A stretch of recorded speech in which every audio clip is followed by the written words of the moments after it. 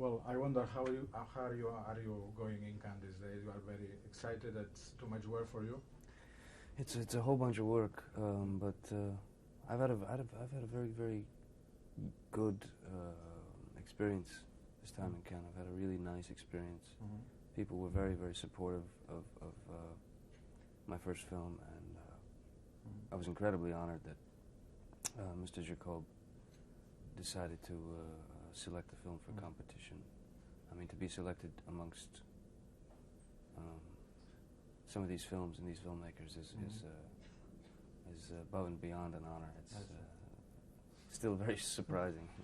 So Cannes feels good right now. Listen, David Putnam, the producer, said me once that most of the stars receive lots of money, lots of adoration for their fans, but they don't give nothing in change. And you are one of the exceptions because you always are giving.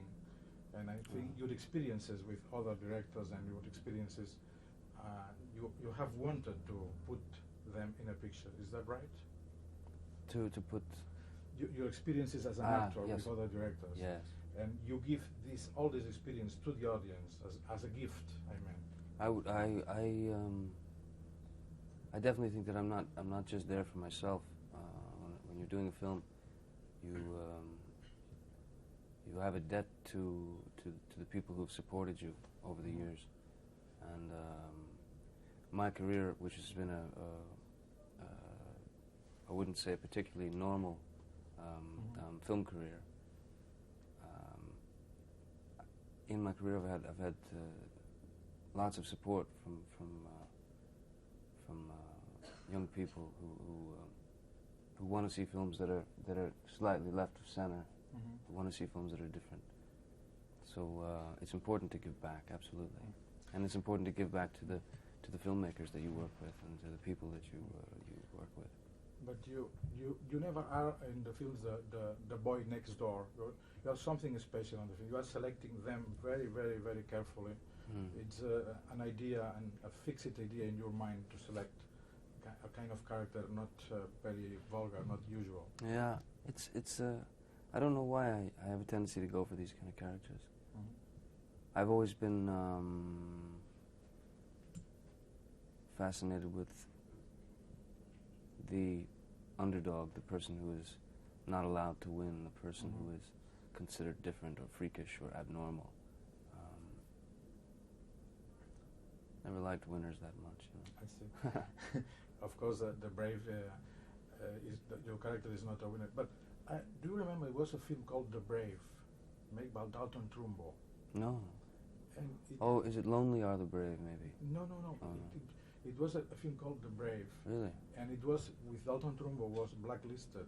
He was not allowed to put his name on the picture. And wow, I had no idea. And as I saw that Marlon Brando's character is called McCarthy, I thought if it was a relationship with that, but I don't think so.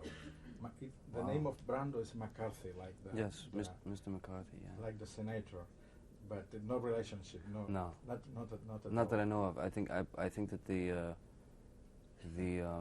character of McCarthy, the name McCarthy, came from the book The Brave, which is something I didn't read, but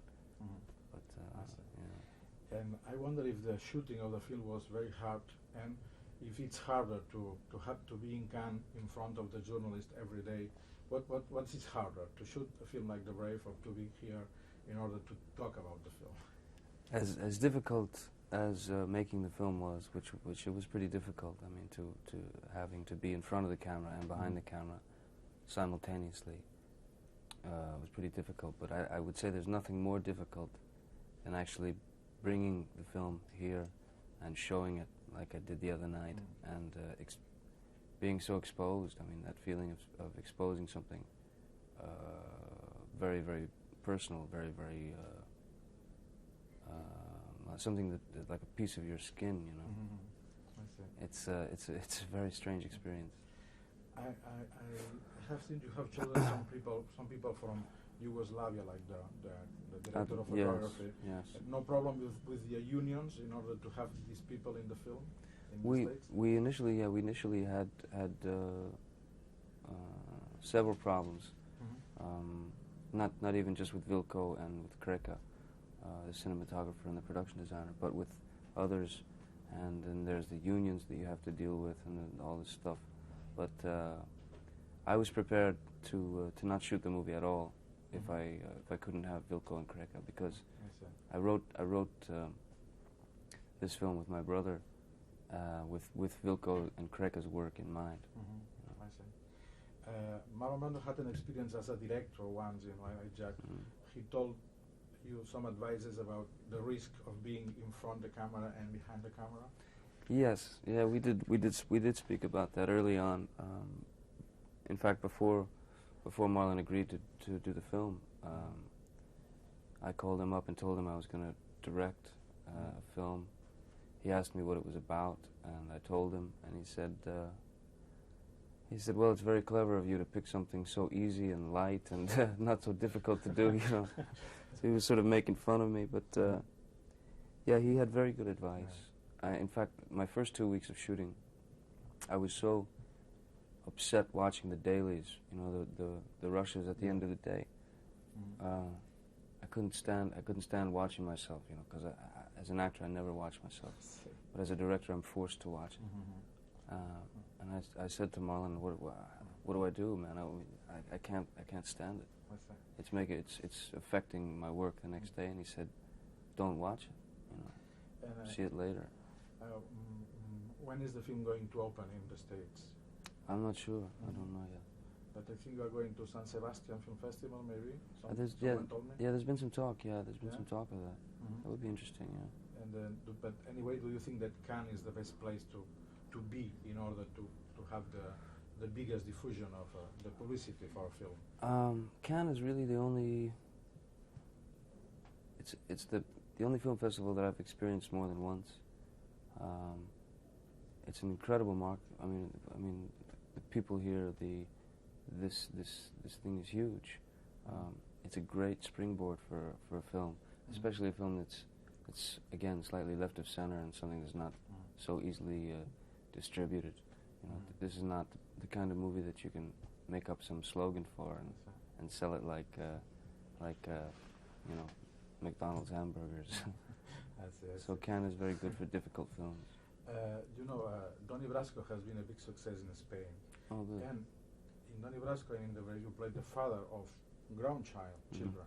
Yeah. And some fans of you said it's not possible. He's so young to be a father of a boy 10 years old. The big stars in the past, like Cary Grant, for instance, didn't want never to part the play of a father. But Luis, in change, instead you want to play fathers. Yeah, I've done it 3 times now. It's very strange. I've done it 3 times. I want to explore that side of human behavior, you know, that side of a relationship, the love between father and son, or father and daughter. It's something that I've always been sort of attracted to. And are you preparing a new film as an actor now? Yes, I'm going to start in July. I start a film called Fear and Loathing in Las Vegas, which is a book by Hunter S. Thompson, and Terry Gilliam's directing. Terry Gilliam. Yeah. Not bad.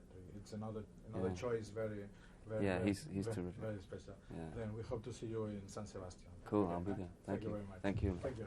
Thank you. Very kind.